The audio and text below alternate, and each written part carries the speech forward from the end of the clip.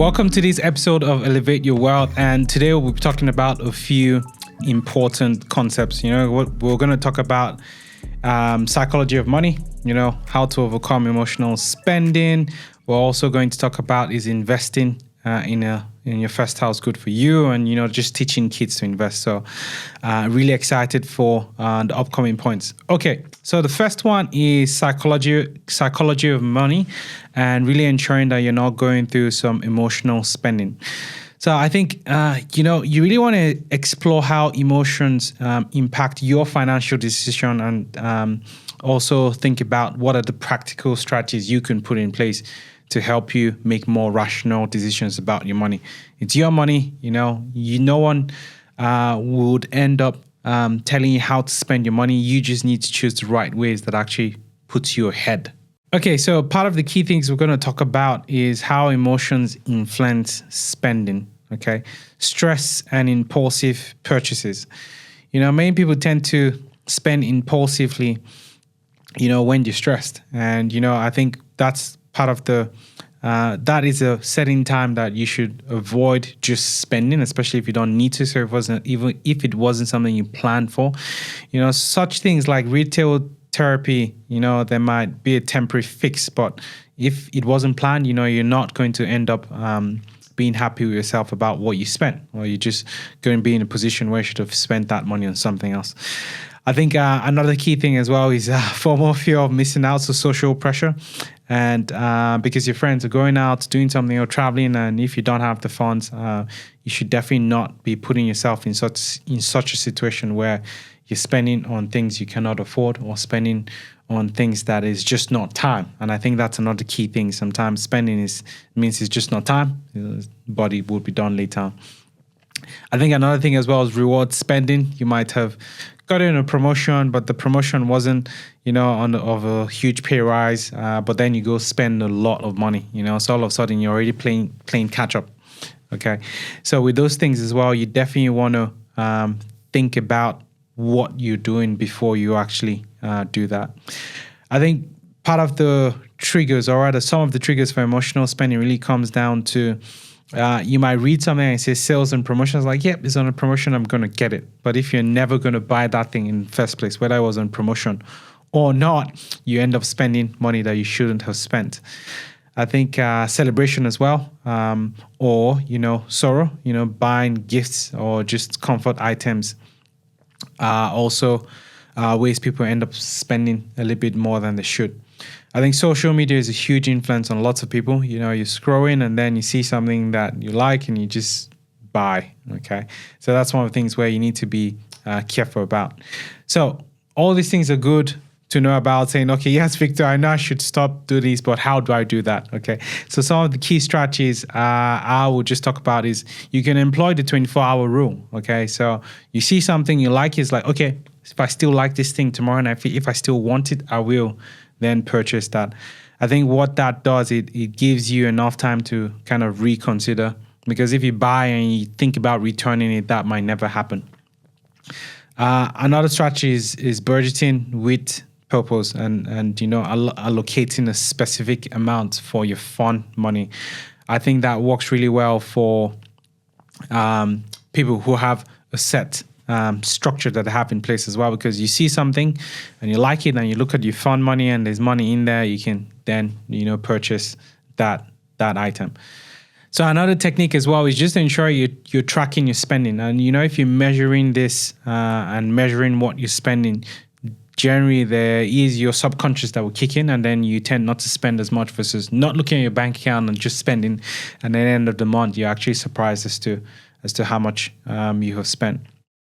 So one of the other things you can do in terms of just understanding your psychology of money or improving it is just focusing on some mindset shifts. I think if you can really focus on the long term and understand that it's your money, so if you can delay some gratification, you actually reap the benefits of that long term. I think another important thing as well is to recognize that possessions often provide temporary happiness, while as experiences or saving offer more long-term value for your money and for yourself.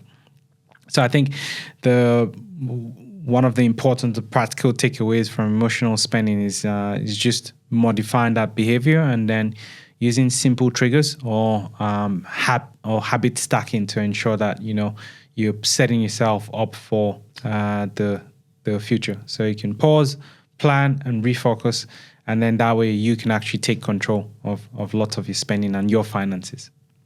Okay, so this next part we're going to be talking about is buying a home right for you. And, this episode really, or rather this section just really gets people thinking about, okay, well, Mr. Tom or Mrs. Jane, whoever might be buying a house down the road, but is that right for you?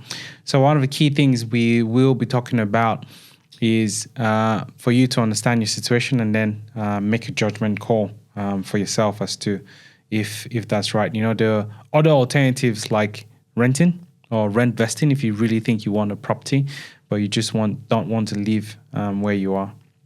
Okay, so some of the key things to actually consider is lifestyle consideration. There's only a home aligned with your current and future lifestyle. Okay, so if you're the kind of person that you don't want to be tied down to a certain location, you want to travel around, I don't think owning a home might be the best for you at this point in time. I think another key thing is how long do you plan to stay in this one place? Okay, because if you might like where you are, but you definitely know that in 2-3 years' time, you're not going to be there. Is buying a house the right thing? Because buying a house should be a long-term decision where you hold that investment for a long time, because it's a concentrated asset, is a huge investment, and you want to ensure you still have some flexibility as well. I think another key thing is the affordability with a house. I think maybe we just think about the initial deposit, and some people think about loan repayment, and you're like, okay, yep, that's fine, I can do it. What about if the mortgage rates go up? What about insurance? What about maintenance? What about just other small things here and there that would actually come up for buying a house? So it's good to ensure you have a detailed rundown as to, okay, should you be buying a house? Are these the costs involved? What am I missing? What am I not missing? And ensuring it's actually the right thing for you to do. So with the alternatives as to buying a house or not, you can definitely consider renting. Okay, and this definitely gives you the flexibility as to, okay, when your lease is up, you can up and go, or you can easily find someone to actually take care of that. Find someone to swap the lease if the need be. Another alternative as well is rent vesting. Okay, so pretty much that's when you rent where you want to live, just because you cannot afford to buy there, or as I said before, there might be certain criteria that you don't fit in to actually buy a house. So you rent where you want to live in, and then you can invest somewhere else. And I think that's a good way to get into the property market if you feel that is what you want as well, and that if that aligns to your long-term planning or long-term way of building wealth.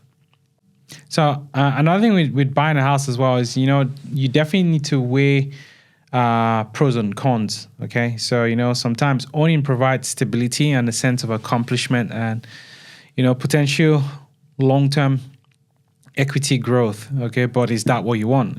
Those things that really matter to you. Your goal might be to experience the world and see lots of different countries, and it's not part of your goal now to build that wealth, to settle down. I think with that as well, that's where renting can offer flexibility, less upfront cost and freedom from property maintenance and responsibilities. Generally when you have a property and you even when you have that managed by other people, you still need to make decisions. Should you change this? Should you buy this? Should you increase your rent? Some people just don't want to deal with that at that point in time. So I think one key things as well, or another key thing is just, assessing your readiness.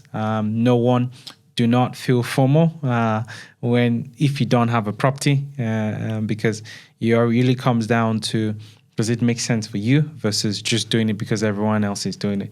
It can be a good long-term investment, but it's definitely not for everyone. So I think the key takeaway is buying a home is a significant financial and lifestyle decision. And it's definitely something you should consider carefully, and it should align to your goals. You should have the finances to do that. And, from a preference perspective as well, you should ensure that you as an individual prefer that versus what everyone else is telling you to do. And obviously consider alternatives like renting or rent vesting.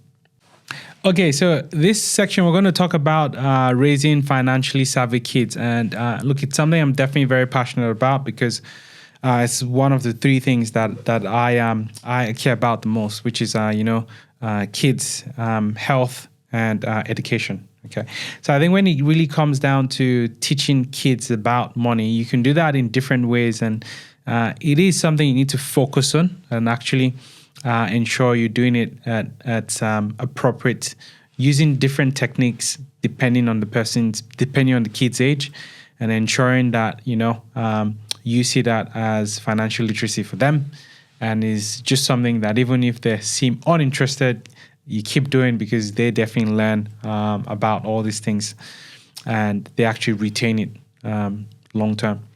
So I think one of the first things as well is starting early. So you always want to introduce basic ideas of money, okay? And you can do this through daily interactions with the kids. And, such things are like explaining, how money is exchanged for goods and services, and how, money is gotten through a certain level of personal exertion as well. I think with some kids as well, you can definitely use physical cash, okay? And I think that's really tangible for them because they can feel it and they can really see and feel that exchange when it's actually leaving their hands.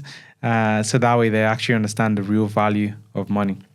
So another point is savings is a habit, okay? And it's just a habit you want to teach the kids, okay? So, and sometimes you can teach them this subconsciously, and they just learn this habit, and then it's easy for them. So, you can teach kids to save by setting up piggy banks. And I remember when I was younger, when my mom would put the money under her jewelry box and say, "Don't worry, it's going to be fine there." And, that was one of my first exposures to actually saving. So you can also introduce kids to concepts of paying themselves first, okay? So because that way they understand, okay, I keep some, I save some, and then I can actually use some for gifts or toys that they need at that point in time. And I think another key thing as well is to introduce goal setting. So kids really understand this, and you can really see some kids really get into it when you tell them, okay, you're saving for a goal, you're saving for a new gadget, saving for a toy, and they actually want to make that grow a little bit faster so they can get to that toy or goal a lot quicker. And that actually teaches them delayed gratification, because kids that really learn that from a good age, they can really focus on putting something away and sticking to it because they know that that would benefit them long term. I think kids also like graphs and charts. If you can show them, okay, well, you start doing this now, the money is going to look this big in the future. It definitely works well from younger kids' perspectives. I think when you talk about teenagers, and providing them with an allowance and encouraging them to budget for necessities, what they want, and savings as well, is a very good way to encourage them. And sometimes you can actually reward your savings by saying, okay, if you save a certain amount, by the end of the year, you can match that as well. I think it's a very good motivation for teens or people that should be working on their habits already for them to get to that goal. And it's never too late to actually talk about investing concepts to kids. You can use simple stories, you can use games as well, to really drill down into how investing can work.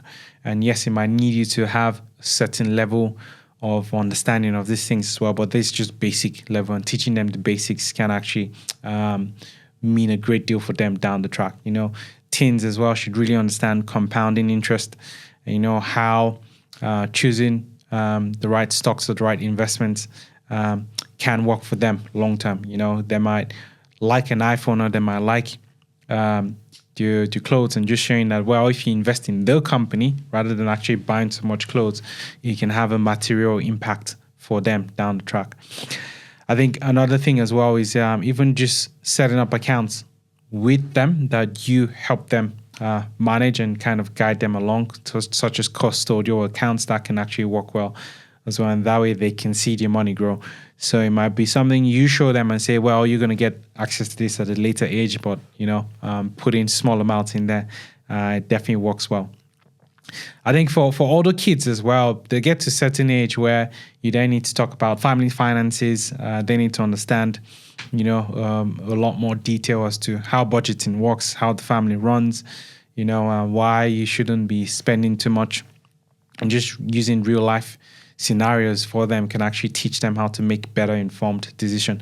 I think sometimes what parents don't think about is the small things they teach their kids, especially with finances, goes a long way. And that's why it's very important. Just keep at it, because I can imagine teenagers do not want to hear a lot about this, but they will remember, and then they would actually use that to the advantage down the track. So I think key takeaways, teaching kids about money is about equipping them with the tools to make informed, confident financial decisions as they grow. And parents as well, you don't need to have an amazing knowledge of investing or an amazing knowledge of budgeting, but you can teach them just the basics. And I think it's a good way as well for parents to increase their financial literacy. So you're actually teaching the kids the right things and not telling them to never invest with debt or never have debt where you should really understand, okay, what are different types of debt, and then teaching them that as well. So I hope you've gained a lot from this podcast. Follow for more educational content, and looking forward to providing a few more episodes to you.